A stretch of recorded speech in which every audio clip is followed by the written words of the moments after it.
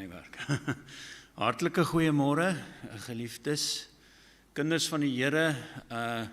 Wat 'n voorreg het ons om vanoggend op hierdie Sabbatdag in die huis van die Here te wees. En dis die beste plek om te wees, is om hier te wees. Ek sien ons is 'n handjievol vanoggend, maar wat sê die woord van die Here? Hy sê, waar 2 of 3 in sy naam vergader, daar is hy in ons midde. So, dis altyd lekker om 'n kerk vol mense te hê, om groot getalle te hê, maar ons het nie altyd groot getalle nie. Soms is ons 2 of 3 of meer in sy naam. En ek wil net sê, baie welkom almal. Ek sien almal is bekende gesigte. Ek sien hier's geen besoekers vanoggend nie. Ons almal wat ek hier vanoggend sien is lidmate. Kom ons doen net 'n gebed saam. Onse liefdevolle Vader, ons kom na U toe vanoggend op hierdie Sabbatdag in die kosbare naam van ons koning Here Jesus Christus. Deur die salwing en deur die Heilige Gees is ons vanoggend by U.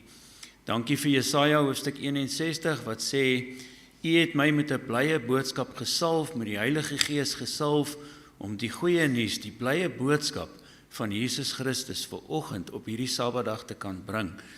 Here, en ook elkeen van ons wat vanoggend hier voor moet staan, elkeen wat 'n boodskap moet vanoggend moet bedien. Ons bid, Here, dat die Heilige Gees vanoggend deur ons sal werk, dat die Heilige Gees vanoggend teenwoordig sal wees, Here, sodat hierdie saad wat ons sal saai, Here, sodat dit op vrugbare grond sal val. Here, ons sê vir U baie dankie vir hierdie wonderlike voorreg wat ons as broers en susters hier by mekaar kan wees. Here, om ook uit U woord uit te leer, om U woord ook te kan geniet. Ons dankie daarvoor in Jesus se naam. Amen. Kom ons sing lied nommer 109, meer soos Jesus.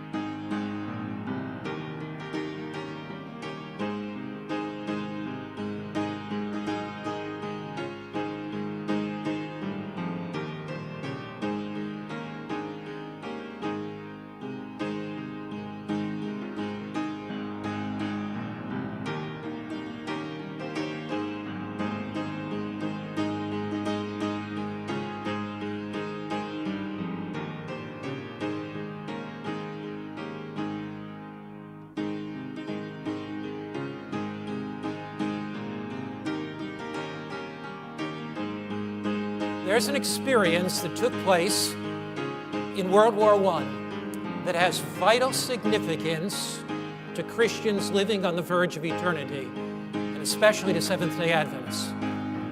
Understanding the lessons from this experience may mean eternal life or eternal loss. Let me tell you the story. In World War I, May 7, 1915, Germany was waging war in the Atlantic, war on London and England and France and Ireland, throughout all Great Britain. The British had blockaded Germany, and the German embassy sent word that they would be attacking passenger boats that were coming in the Atlantic. One of those boats was named the Lusitania. And there was an art director by the name of George Duvon, Lloyd George Joseph Duvon. He was the head of a very precious art firm in New York City. And in 1915, he planned to send one of his top pottery experts to the continent to examine some very old ancient pottery. When he got word that it might be possible for the Lusitania to be torpedoed, he said to this young expert, I can't send you. I don't want to risk your life in sending you. We're going to call it off. Net meer en meer van Jesus te mag hê young pottery expert said, don't worry about that. Sal enige verjaarsdag when I hierdie read week the wat reports that the iemand wat Lusitania verjaar might be het hierdie week. torpedoed, I knew that I might have to spend time in the Atlantic. So what I did is every day I laid down in a cold tub of water.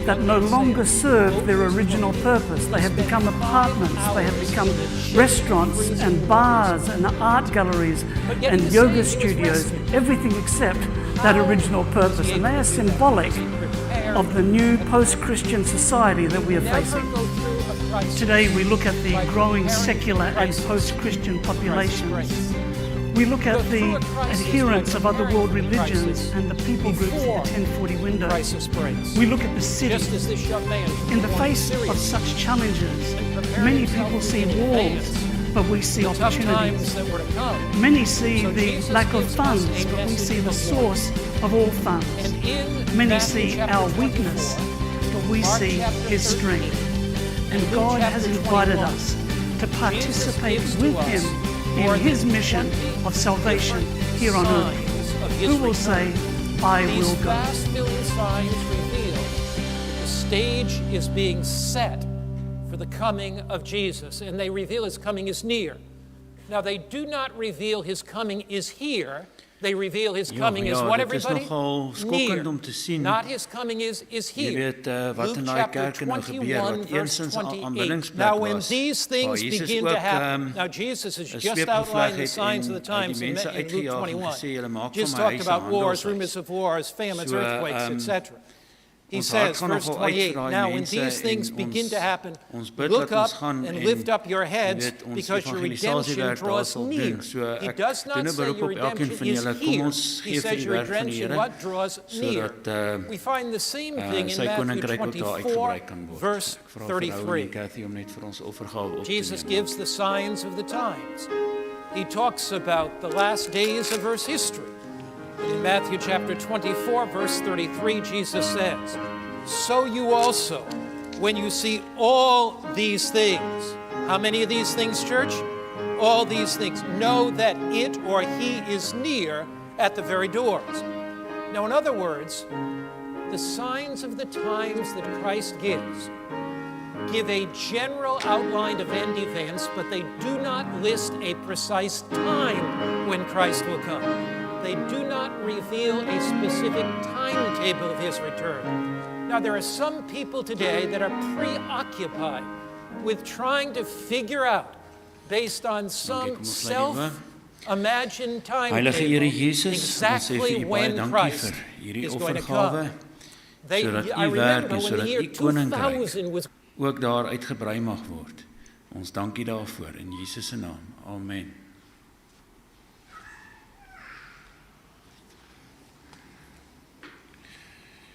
Ek het vanoggend vir julle so 'n bietjie 'n baie belangrike boodskap hier uit die woord van die Here uit. Soos julle op die bord kan sien, wat staan daar geskrywe, wat is my tema? Vroeg in die môre.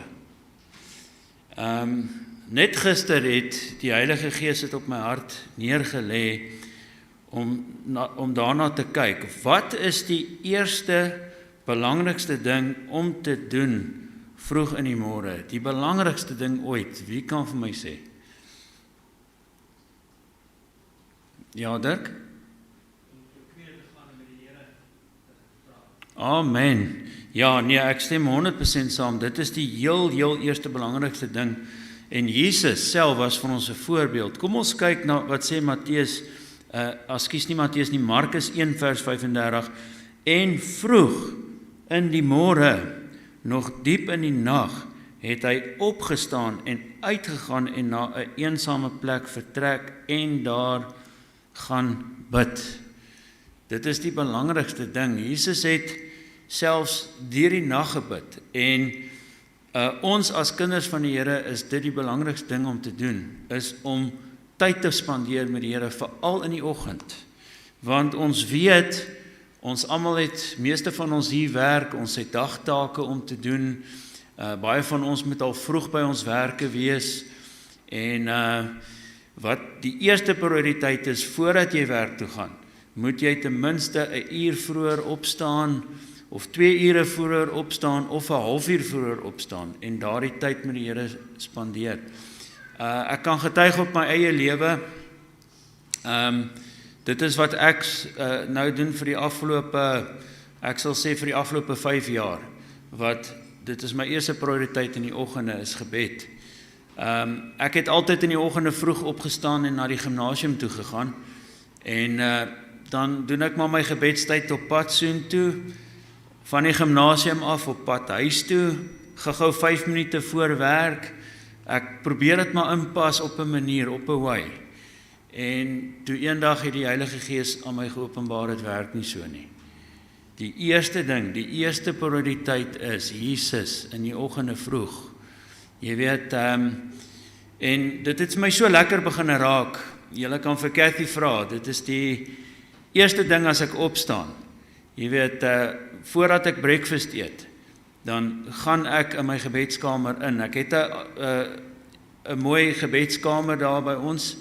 Ek gaan daar in en ek spandeer my tyd met die Here, ten minste 'n uur.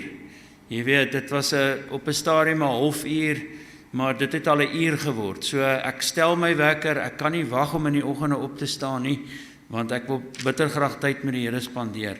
En kom ons kyk wat sê Dawid van in die môre, as ons kan kyk na, ek het hom nou hier gehad, dis Psalm 4,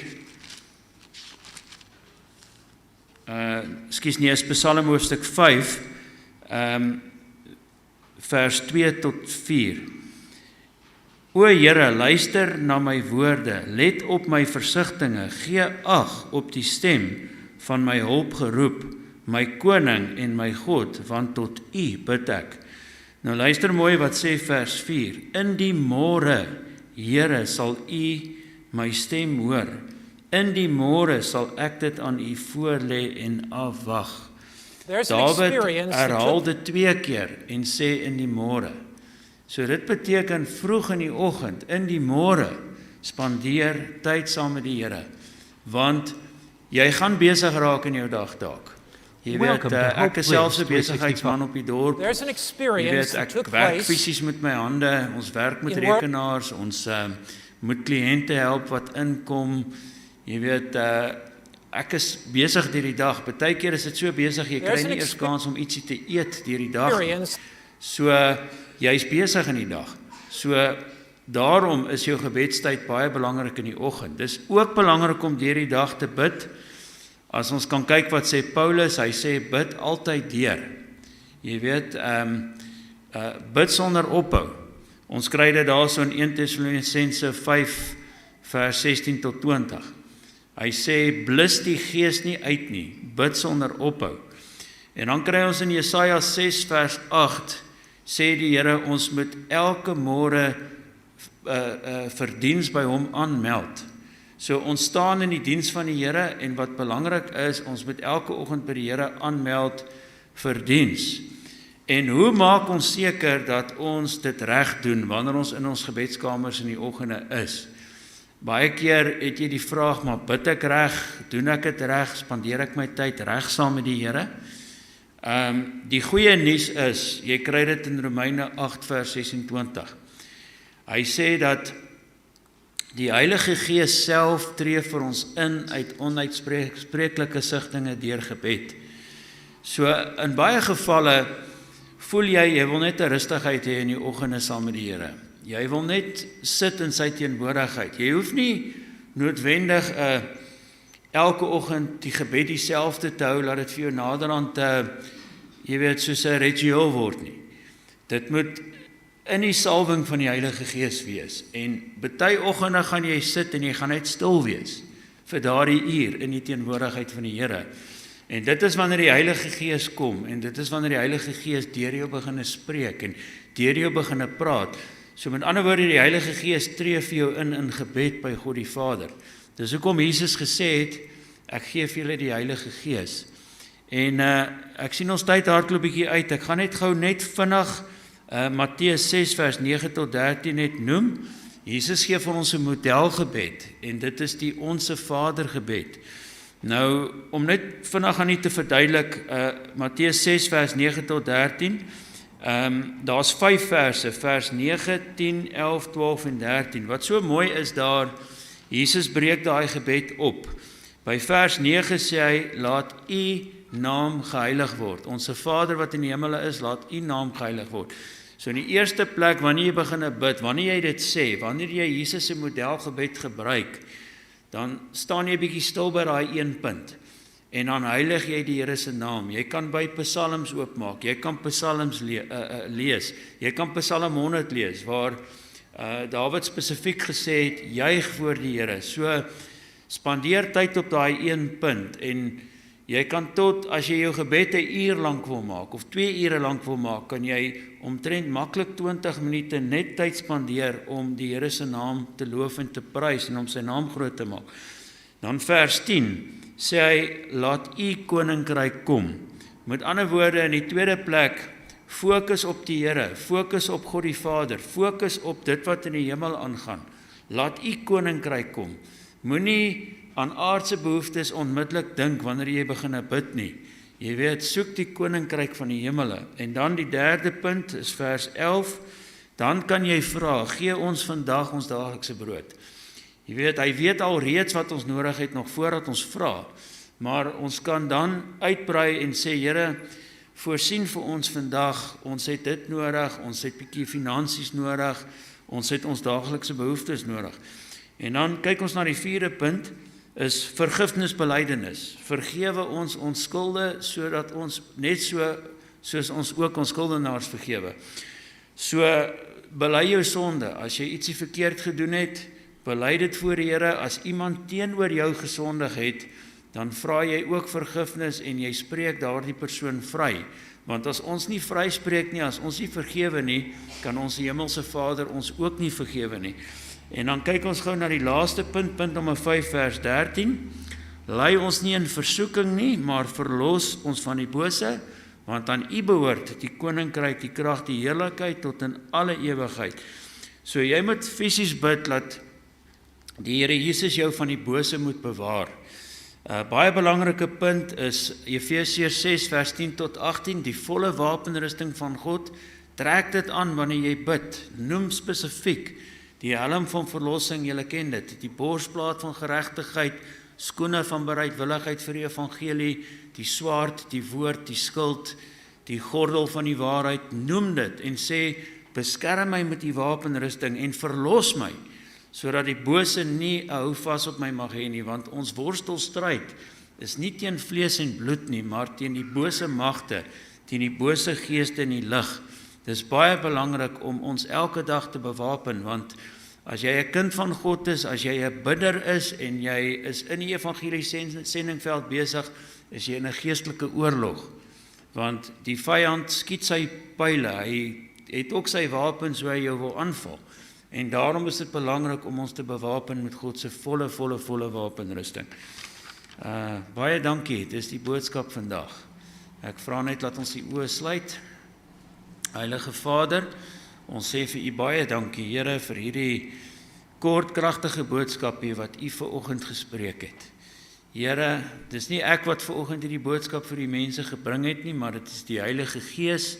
Dit is U wat werk, dit is U wat in harte spreek. En my gebed is, Here, dat elkeen van ons ook vroeg in die môre sal opstaan en sal bid en U aangesig sal soek in die môre vroeg, die eerste ding van die dag, Here. Eerstens U koninkryk en U geregtigheid. Here, ons sê vir U baie dankie. Dankie, Here, vir U liefde en dankie dat ons hier by mekaar kan wees op hierdie Sabbatdag. En ons bid dat U ons nou verder sal seën met die Sabbatskool en ook met die hoofdiens wat na die Sabbatskool gaan plaasvind. En ons sê vir U dankie daarvoor in Jesus se naam. Amen en amen. Baie dankie, ons gaan nou skuif vir die Sabbatskool.